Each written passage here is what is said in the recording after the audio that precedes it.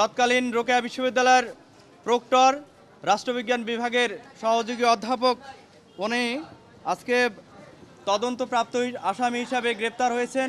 বিজ্ঞ আদালতে তাকে হাজির করলে বিজ্ঞ আদালত আমাদের বক্তব্য শুনে তাকে 3 দিনের রিমান্ড মঞ্জুর করেছেন। আপনারা জানেন যে এই আসামির বিরুদ্ধে গত 16/7/2024 তারিখে দুপুর অনুমান তৎকালীন যে রোকেয়া বিশ্ববিদ্যালয়ের যে সিসিটিভি ফুটেজ সেটার 2:17 রোকেয়া বিশ্ববিদ্যালয়ের যে সিসিটিভি সেটা অনুযায়ী যে বিশ্ববিদ্যালয়ের সাবেক উপাচার্য তার নির্দেশে তৎকালীন প্রক্টর যে ঘটনার সময় রোকেয়া বিশ্ববিদ্যালয়ের প্রক্টর হিসেবে কর্মরত ছিলেন রাষ্ট্রবিজ্ঞান বিভাগের সহযোগী অধ্যাপক মোহাম্মদ শরীফুল ইসলাম বেগম রোকেয়া বিশ্ববিদ্যালয় 1 নং গেটে এর ভিতর অবস্থান করে শহীদ আবু সাঈদ সহ অন্যান্য ছাত্র সমন্বয়ক ছাত্র জনতার আন্দোলনকে দমানোর জন্য হত্যা, নিপীড়ন ও নির্যাতনের মাধ্যমে দমানোর জন্য পুলিশ, ছাত্রলীগ, যুবলীগ, আওয়ামী লীগ এবং রোকেয়া বিশ্ববিদ্যালয়ের শিক্ষক কর্মকর্তা কর্মচারীদের নির্দেশনা ও উস্কানি দিতে থাকেন এবং রোকেয়া বিশ্ববিদ্যালয় এই উস্কানি, হত্যাকাণ্ডের উস্কানি এবং নির্দেশদাতা হিসাবে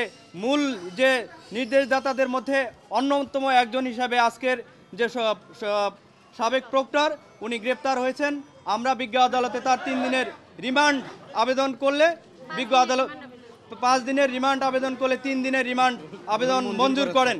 আমরা আপনাদের মাধ্যমে সারা দেশবাসীর কাছে আবারও সেটা উপস্থাপন করতে চাই যে শুধুমাত্র যে তদন্তপ্রাপ্ত একজন প্রক্টর তাকে গ্রেপ্তার করার মধ্য দিয়ে এই যে আজকের যে স্থবিরতা তৈরি হয়েছিল সেটা কিছুটা সচল হলেও আমরা মনে করি অন্য যে সকল আসামি এজাহারভুক্ত আসামি এবং তদন্তর জন্য আমরা যেটা বিজ্ঞ আদালতে দিয়েছিলাম সেই আসামিরা এখনও ধরাছোঁয়ার বাইরে।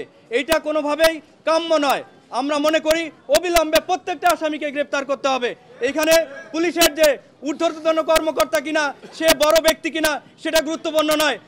যে মামলার মধ্যে দিয়ে বাংলাদেশের একটা পট পরিবর্তন হলো, একটা অভ্যুত্থান ঘটলো, সেই আবু সাঈদ হত্যা মামলার অন্যান্য সকল আসামি এখনো গ্রেপ্তার হয়নি।